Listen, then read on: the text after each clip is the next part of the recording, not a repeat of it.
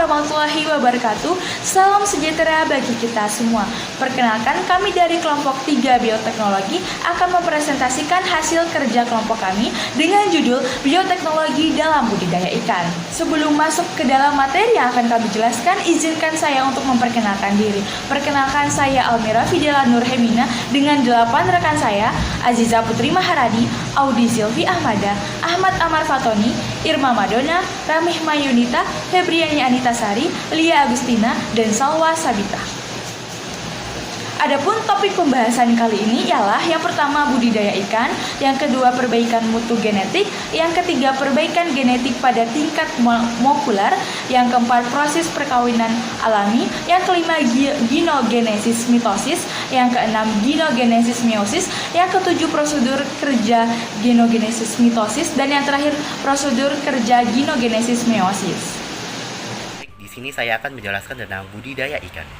Budidaya ikan adalah kegiatan pemeliharaan ikan yang bertujuan untuk memproduksi ikan dalam jumlah yang cukup banyak secara terkontrol, dan hasil produksi tersebut akan dijual pada masyarakat untuk mendapatkan keuntungan. Pada kegiatan budidaya ikan terdapat beberapa faktor yang perlu diperhatikan, yaitu nutrisi, lingkungan, penyakit, dan breeding. Keempat faktor ini perlu diperhatikan untuk keberhasilan kegiatan budidaya agar tidak mengalami kerugian dan gagal panen. Karena tiap tahun permintaan ikan akan semakin meningkat, dan hal tersebut perlu diimbangi dengan peningkatan produksi ikan dan ketersediaan benih ikan secara kontinu. Namun, terdapat kecenderungan penurunan kualitas genetik pada benih ikan yang dapat mengurangi efisiensi usaha budidaya. Hal ini akan berdampak pada angka kelulus hidupan ikan yang rendah, pertumbuhan ikan yang lambat, dan ikan akan rentan terkena infeksi penyakit karena kualitas benih semakin menurun. Oleh karena itu, perlu adanya perbaikan mutu genetik untuk meningkatkan kualitas genetik ikan. Selanjutnya ada perbaikan mutu genetik dalam bioteknologi budidaya ikan, yaitu ada konvensional sama molekuler. Nah, konvensional sendiri merupakan proses seleksi yang bertujuan untuk memperbaiki sifat-sifat yang dapat diukur pada suatu populasi. Sedangkan hibridisasi dilakukan dengan memanfaatkan sifat-sifat heterosis yang terjadi karena keberadaan sifat-sifat dominan dan heterozigot pada banyak lokus. Yang kedua, molekuler. Yang pertama, memanipulasi sel kromosom. Sel kromosom ini dapat dilakukan dengan beberapa teknik seperti crossing over dan penghapusan. Yang kedua ada transgenik, melibatkan pengenalan gen dari spesies lain ke dalam genom organisme untuk menghasilkan sifat yang baru. Selanjutnya ada perbaikan genetik tingkat molekuler. Ginogenesis merupakan teknik yang digunakan untuk memurnikan sifat-sifat kualitatif pada suatu populasi dengan melakukan seleksi berdasarkan penampilan luar atau fenotip, yaitu sifat-sifat yang terukur. Ginogenesis pada prinsipnya secara garis besar merupakan upaya kita untuk menghasilkan ikan yang sifatnya sama persis dengan induk betinanya. Biasanya dilakukan pada ikan-ikan yang ukuran induk betinanya lebih besar dari induk jantannya. Hal ini agar sifat asalnya bisa timbul kembali yang dapat dikatakan sebagai pemurnian itu tadi. Apabila sudah melewati pemurnian, bisa disilangkan dengan ikan yang lain. Pada ikan, genogenesis dilakukan dengan merusak inti sperma menggunakan radiasi ultraviolet pada telur yang telah dibuahi, dan kemudian memberikan kejutan termal berupa suhu panas atau dingin pada tahap perkembangan embrio tertentu. Inti sperma yang diradiasi bertujuan agar tidak bisa menurunkan sifat-sifatnya, dan hanya bisa digunakan untuk membuahi saja. Jika kejutan diberikan pada tahap meiosis, maka akan terbentuk individu meiotik genogenesis dengan hasil anakan berupa 50% jantan dan 50% betina. Jika kejutan diberikan pada tahap mitosis, maka akan terbentuk individu mitotik genogenesis dengan hasil anakan berupa 100% betina. Teknik genogenesis dibuat untuk mengatasi masalah inbreeding dengan memproduksi ikan atau strain dengan tingkat kemurnian yang tinggi untuk kegiatan hibridisasi. Selain itu, teknik ini juga dapat menghasilkan turunan yang 100% homozigot atau klon, yang artinya sama persis dengan induk betinanya. proses perkawinan alami ikan. Yang pertama, ikan betina akan mengeluarkan sel telur dari ovarium melalui oviduct dan dikeluarkan melalui kloaka. Yang selanjutnya, ikan jantan akan mengeluarkan sel sperma dari testis melalui saluran urogenital dan dikeluarkan melalui kloaka. Yang ketiga, sel telur akan dibuahi oleh sel sperma, di mana sel sperma mengandung 1N kromosom dan sel telur mengandung 2N kromosom yang terdiri dari polar body 1 dan polar body 2. Selanjutnya, polar body 2 akan keluar dari sel telur sehingga menyisakan 1N sel sperma dan 1N sel telur. Selanjutnya, pembelahan sel menjadi 4, 8, 16, dan seterusnya. Yang terakhir, telur akan menetas dalam waktu 24-40 jam dan berubah menjadi larva ikan. Selanjutnya, proses ginogenesis mitosis. Pada proses pengembalian polar body kedua saat mitosis melalui kejut suhu panas dengan suhu 40 derajat Celcius selama 29 menit.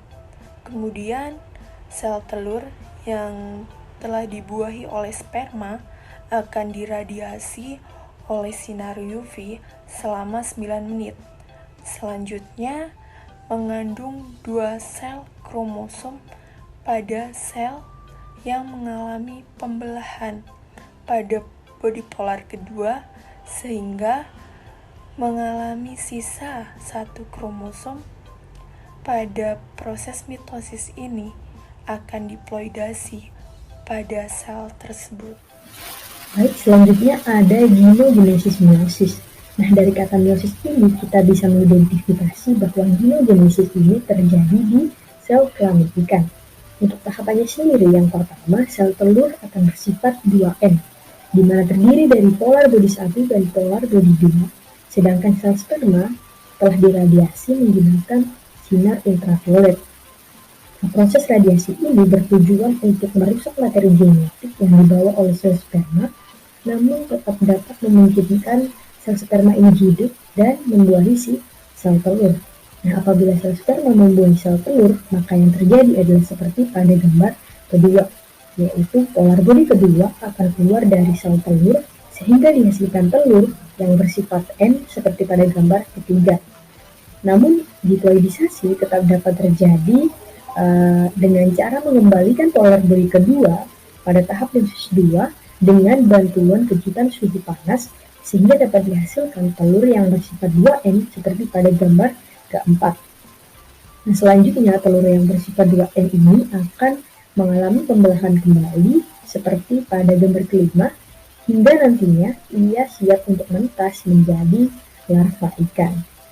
Selanjutnya ada prosedur kerja genogenesis meiosis, yaitu sebagai berikut. Yang pertama ada stripping induk jantan dan betina.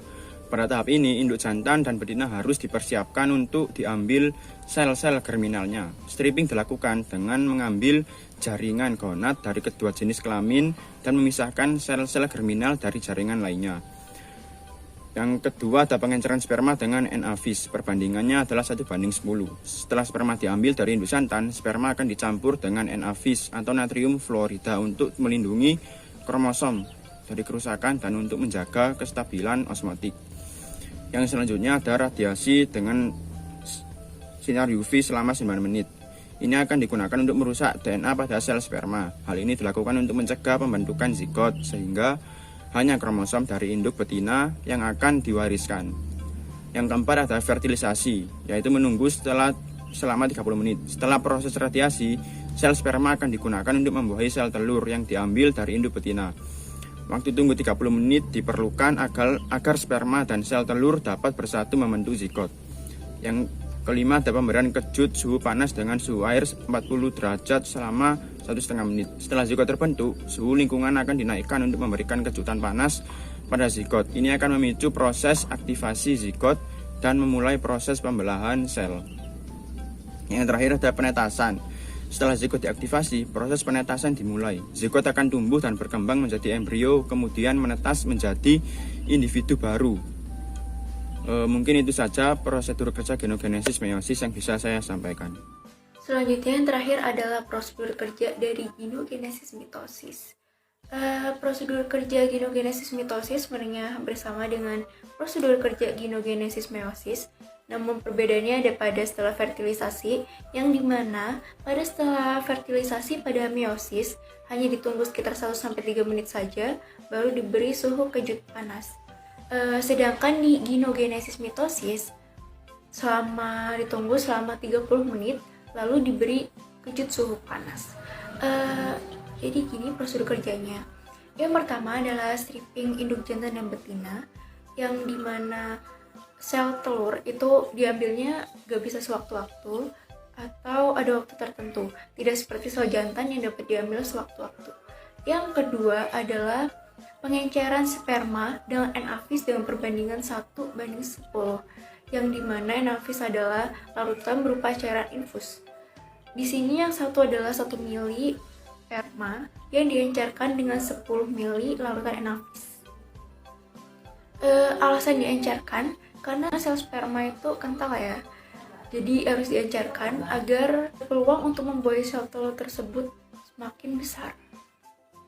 Setelah diencerkan lalu diradiasi dengan sinar UV dengan intensitas 15 watt sekitar 9-10 menit.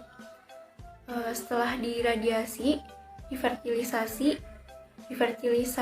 telur dan sperma diaduk dengan bulu ayam. Kemudian diberi air. Syaratnya memang diberi air ya. Kemudian ditunggu sekitar 30 menit baru diberi kejut suhu panas dengan suhu 40 derajat yang kemudian ditunggu sekitar 1,5 menit. Setelah itu dipentaskan pada suhu air dengan suhu normal. Jika menggunakan suhu panas, nanti telur itu akan manggung. Oke, cukup sekian presentasi dari kelompok kami. Selanjutnya akan kami tampilkan video hasil dari wawancara mengenai bioteknologi pada budidaya ikan di instalasi perikanan budidaya atau IPB Punten pada Kota Batu. Jadi perbaikan mutu ikan secara genetik itu bisa melalui 2 cara. Ada cara secara konvensional atau tradisional, sama ada jalur perbaikan genetik secara molekuler. Kalau konvensional ini dia melalui 2 tahap besar. Yang pertama seleksi untuk memperbaiki sifat yang terukur. Kemudian ada hibridisasi teman-teman atau persilangan. Nah ini dengan cara memanfaatkan sifat heterosis karena sifat dominan dan heterozigot pada banyak lokus. Jadi ini biasanya persilangan hibridisasi itu. Jadi ikan-ikan yang kualitas unggul kita kawinkan dengan yang sama unggulnya biar dia anaknya bagus. Itu namanya hibridisasi. Nah, kalau secara molekuler itu kita pakai manipulasi sel kromosom, manipulasi sel kelamin, sama yang sampai sekarang terus dikaji adalah transgenik. Nah, ini kita sudah berbicara di bioteknologinya ya. Kemudian perbaikan genetik pada tingkat molekuler ini ada yang namanya yang kita lakukan di sini itu namanya genogenesis teman-teman. Jadi dia ini genogenesis ini tujuannya untuk memurnikan sifat-sifat kualitatif dengan cara menyeleksi berdasarkan penampakan luar atau fenotip. Jadi tadi sifat-sifat yang terukur itu adalah yang fenotip namanya. Itu. Nah, ikan genogenesis ini diperoleh dari telur yang telah dibuahi dengan sperma yang sudah diradiasi intinya. Kemudian diberi kejutan suhu panas atau dingin pada tahap perkembangan embrio tertentu, di mana pemberian kejutan ini jika dilakukan pada stadium pembelahan meiosis maka akan terbentuk individu mitotic genogenesis. Tapi jika pemberian kejutan ini dilakukan pada stadium pembelahan mitosis atau pembelahan 2 sel maka akan dihasilkan individu mitotic genogenesis.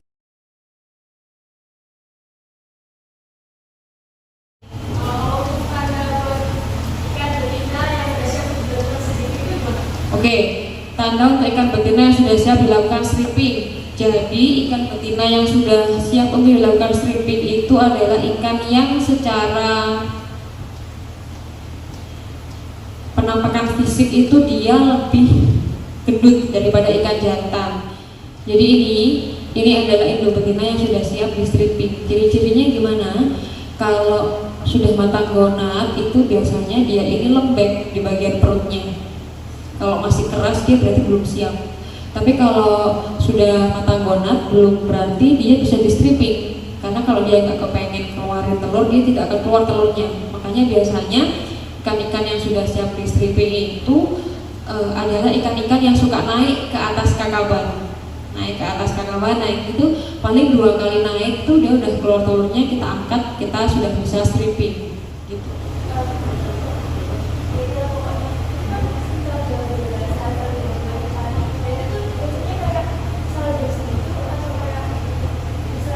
Kesayangannya kadang jam 6 pagi kalau suhunya terlalu dingin dia juga nggak mau. Binatang itu sama kayak kita nih, kita kan mager dong, ikan juga mager, sama aja. Makanya kita tuh kenapa cari yang sudah matang gonat. Kalau dia sudah siap untuk kawin, maka itu akan lebih mempercepat proses pemijahannya. Mau tanya, kalau di bioteknologi konvensional kan itu ada yang namanya starter itu ya? Apa? Ya ada yang namanya starter. Starter, oke. Kalau buat yang modern tadi ini yang di genogenesis ini yang berperan sebagai starternya itu nanti apa? Ya telur dong. Kan dia harus mirip sama ibu betina. Otomatis starternya telurnya. Kalau probiotik kan starternya bakteri, ya kan? Nah kalau genogenesis starternya jelas telur. Itu karena dia mirip induk betina. Jadi starternya adalah telurnya. Biasanya dalam satu induk ikan mas itu menghasilkan berapa telur? XMI-nya itu per kilo itu 80.000 sampai 120.000. Itu kalau dari genogenesis itu semuanya sukses apa bagaimana? Enggak, kalau mitosis itu paling keberhasilannya cuma 20% kok. Kalau meiosis? Meiosis masih tinggi, sekitar 80-an. Tapi kalau mitosis kecil.